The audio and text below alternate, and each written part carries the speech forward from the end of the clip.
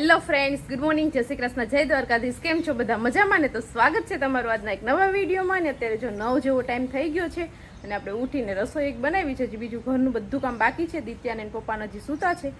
આપણે સુરતથી આવતા રહ્યા. કાલનો થોડો ઘણો થાક આપણે ઉતરી ગયો છે અને હજી થોડો ઘણો થાક છે. આપણે કાલે તો હું દવા લેવા નહોતી ગઈ, પણ આજે એવું લાગે છે કે આપણે દવા લેવા જવું પડશે, કેમ કે હજી ગળું બરે છે ને માથું પણ ભારે ભારે થઈ ગયું છે. કાલ તો આળસ કરી ગઈ હતી, સારું થઈ જશે, પણ દવા લીધા વગર સારું થશે નહીં એવું લાગે છે. તો આજે આપણે છે ને દવા લઈ આવશું. અને ચોકડીમાં જો થઈ ગયો છે કપડાનો ઢગલો, કેમ કે આપણે સુરત ગયા હતા ને તો ત્યાં વરસાદ હતો, એટલે વરસાદના લીધે છે ને એક જ દિવસ કપડાં ધોવાના હતા. પછી જે કપડાં હતા ને આપણે ભેગા કરતા ગયા થેલામાં, કેમ કે પછી સુકાય ન સુકાય ને ભીના કપડાં લઈને આવવું નહીં, ગંધાઈ જાય. એના કરતાં હું ઘરે જઈને જ કપડાં ધોઈ નાખશું. એટલે 3-4 દિવસના કપડાં એમાં ભેગા છે, મારા નરેશ અને દિત્યા ત્રણેયના. એટલે આજે બહુ બધા કપડાં છે અને કાલ પાછું સોમવાર હતો એટલે ધોવાના નહોતા. એટલે નકર કાલે ધોવાઈ ગયા હોત ને તો આજે એટલું આડા ન આવત. પણ હવે આજે છે ને હું ફટાફટ આગળ ચોકડીમાં બેસી જાઉં કપડાં ધોવા માટે, નહીંતર દિત્યા ઉઠી જશે ને તો આપણું કંઈ પણ કામ થશે નહીં. ચાલો ફટાફટ છે ને હું કપડાં ધોઈ અને દોરી પર સૂકવી દઉં. ચાલો તો 2-3 કલાકની મહેનત કર્યા પછી આપણે મસ્ત મજાના કપડાં ધોઈ અને દોરી ઉપર સૂકવી દીધા છે. અને જોઈ લ્યો આજે કેટલા કપડાં છે, આખી બધી દોરી ભરાઈ ગઈ છે. અને અહીંયા છે ને આ બાજુ એક્સ્ટ્રા દોરી આપણે આજે બાંધવી પડી છે, કેમ કે કપડાં પણ એટલા હતા ને એટલે દોરી પણ વધારે બાંધવી પડી. એક દોરી ઉપર આપણે કપડાં સૂકવી દીધા છે. અને હવે કપડાં સુકાઈને પછી ઇસ્ત્રીનો પણ ઢગલો થઈ જવાનો છે. એટલે બપોર પછી આપણે છે ને કપડાનો ઢગલો કરીને ઇસ્ત્રી કરવા પણ બેસી જવું છે, કેમ કે બધા નવા કપડાં છે એટલે પાછા ઇસ્ત્રી કરી અને આપણે કબાટમાં હતા એમ મૂકી દેવા પડશે. અને દિત્યા તો છે ને હજી સૂતી છે, કેમ કે રાતે મોડી સૂતી હતી. 1:30-2 જેવો ટાઈમ થઈ ગયો હતો સુવામાં, એટલે આજે આંગણવાડીએ પણ નથી ગઈ અને હજી સૂતી છે. પછી મેં પણ એને સુવા દીધી, કોઈ થાકોડો છે ને એનો ઉતરી જાય, નીંદર કરી લે ને એટલે આપણે ઓલમોસ્ટ બધું કામ થઈ ગયું છે. હવે એ 2 બાપ દીકરી એક રૂમમાં સૂતા છે. તો હવે ઉઠે પછી આપણે કચરા પોતા થશે, ત્યાં સુધી આપણે કંઈ કામ થશે નહીં. એટલે હવે ઉઠે પછી હું કચરા પોતા કરીશ. હજી નાવા ધોવાનું, જમવાનું બધું કામ બાકી છે. ચાલો તો અત્યારે છે ને 11:15 જેવો ટાઈમ થઈ ગયો છે ને અત્યારે છે દિત્યા બેન ઉઠ્યા છે. Good morning Ditya. Good morning, Jai Shri Krishna. આજ તમારું સ્વાગત છે તમારા જેમાં સ્વાગત છે. હું કરું છું બ્લાસ. અને આજે છે ને દિત્યા બેન ભણવા નથી ગયા. ક્યાં ભણવા નથી ગઈ બેન? આજે છે ને મને વોડલાસ થઈ ગઈ. હવે તો મટી ગયું ને, તો થાક લાગ્યો તો કા દિત્યા? અમે સુરત ગયા હતા ને તો દિત્યા બેનને થાક લાગ્યો હતો ને તો દિત્યા બેન આજે ભણવા નથી ગયા. કાલથી ભણવા જઈશ ને? હા છે ને ફટાફટ દિત્યાને બ્રશ કરાવી લઉં ને પછી એને જમાડી લઉં ને નરેશ પણ ઉઠી ગયા છે તો પછી આપણે કચરા પોતા કરશું.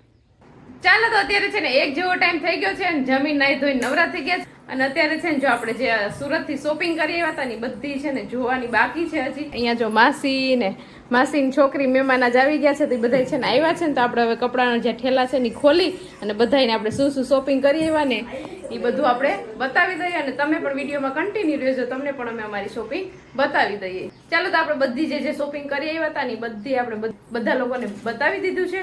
અને અહીંયા જો મેં આપણે લાઈનમાં ગોઠવી દીધું છે તો તમે બધા પણ જોઈ લ્યો. જો આ રીતનું છે ને આપણું કલેક્શન છે સાડીઓનું. આ બધી સુરતથી આપણે છે ને સાડીઓ લીધી હતી ને ઠેલા ભરીને આવ્યા હતા એ બધી સાડી જો મેં અહીંયા ગોઠવી દીધી છે. અને આ બાજુ બધી કુર્તી છે, દિત્યાનું ફ્રોક છે, અને આ બાજુ પપ્પાના કપડાં છે. અને આ બધી સાડીઓ આપણી છે જ્યાં સુરતથી આપણે લઈ આવ્યા હતા એ બધી સાડી. નહીં, બાપા ઉઠે ને પછી દિત્યાને છે ને બાપાને કપડાં દેવાની બહુ ઉતાવળ છે. બાપા સુતા છે, ઉઠે ને પછી દઈ દેજો હો. તો જો તમને છે ને આ બધી અમારી શોપિંગ કેવી લાગી એ જરાક છે ને નીચે કોમેન્ટ કરીને કહેજો. એટલે અમે છે ને બહુ વર્ક વાળીને એવી સાડી નથી લીધી, કેમ કે અમારે હમણાં કઈ એવો પ્રસંગ નથી એવી સાડી નથી લીધી. મમ્મીને બધાને પહેરાય ને એવી હલકી ફુલકી સાડીઓ લીધી છે. તો તમને અમારી સાડી કેવી લાગી જરાક નીચે કોમેન્ટ કરીને કહેજો. આટલી જે શોપિંગ કરી હતા એ બધી તમને બતાવી દીધી છે. ચાલો તો અત્યારે છે ને 6 જેવો ટાઈમ થઈ ગયો છે અને અમે બધું જો સાડીની શોપિંગ ને બધાને બતાવવાનું હતું બધું બતાવી, પછી સાડી વ્યવસ્થિત મૂકવાનું હતું, અહીંયા બધાને પોતપોતાની સાડી મૂકી દીધી છે. અને અત્યારે છે ને અમારે જવાનું છે માસીજીના ઘરે જમવા. બધાને આખા ઘરને ત્યાં જમવાનું છે. તો થોડુંક આપણે આગળ જઈને થોડી ઘણી રસોઈમાં હેલ્પ કરવા લાગીએ, સીધું તો જમવા ન જવાય. એટલે હું ને અત્યારે જો મુન્ની બેન ને બધા જાય છે જમવા. કા હાલો તમારી આવું. અને મમ્મી પછી પાછળથી આવશે. ગાડી ધોઈને આવી. હા, તો મમ્મી નજી ગાયને દોવાની બાકી છે એટલે એ બધું કામ પૂરું કરી એનું ને પછી એ લોકો બધા પાછળથી આવશે. અમે રસોઈ બનાવીને તૈયાર રાખીએ પછી લોકો જમવા સીધા આવી જશે. બરાબર ને દિત્યા? બરાબર. ચાલો તો જો માસીને ઘરે પહોંચી ગયા છીએ અને અહીંયા જો રસોઈની તડામાર તૈયારીઓ ચાલુ છે. અને માસી છે ને કંઈક અલગ પ્રકારના મરચા મને બતાવે છે.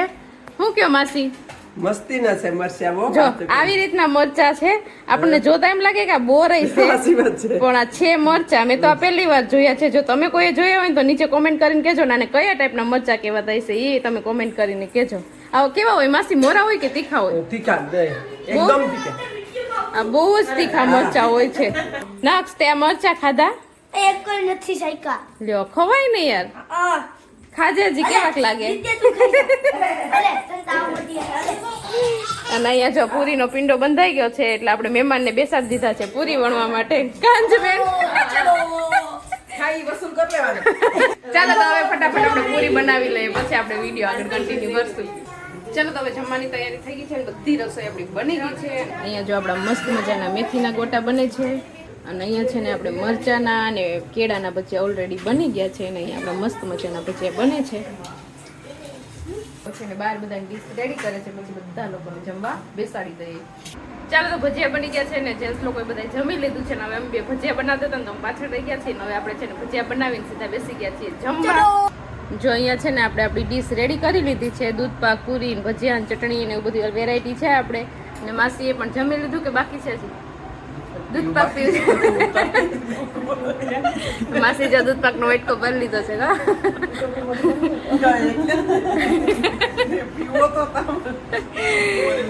ચાલો ફટાફટ છે ને આપણે જમી લઈએ. ચાલો તો જો અત્યારે છે ને ઘડિયાળમાં વાગી ગયા છે 11:30 અને દિત્યાબેનને અત્યારે લાગી ગઈ છે ભૂખ, એટલે જો અહીંયા નાસ્તાના ડબ્બા ખોલીને બેસી ગયા છે. દિત્યા ભૂખ લાગી છે બેન? હા કેવી? બહુ ભૂખ લાગી. ભૂખ લાગે ને એટલે નીંદર ન આવે, એટલે ખાવું પડે. હા તો દિત્યાને ભૂખ લાગે એટલે નીંદર ન આવે, એટલે જો ત્યાં નાસ્તાના ડબ્બા ખોલીને બેસી ગઈ છે. જમવા તો ગઈ હતી તું, ત્યાં નહોતું જમ્યું ત્યાં. તો દિત્યા અત્યારે નાસ્તો કરે છે.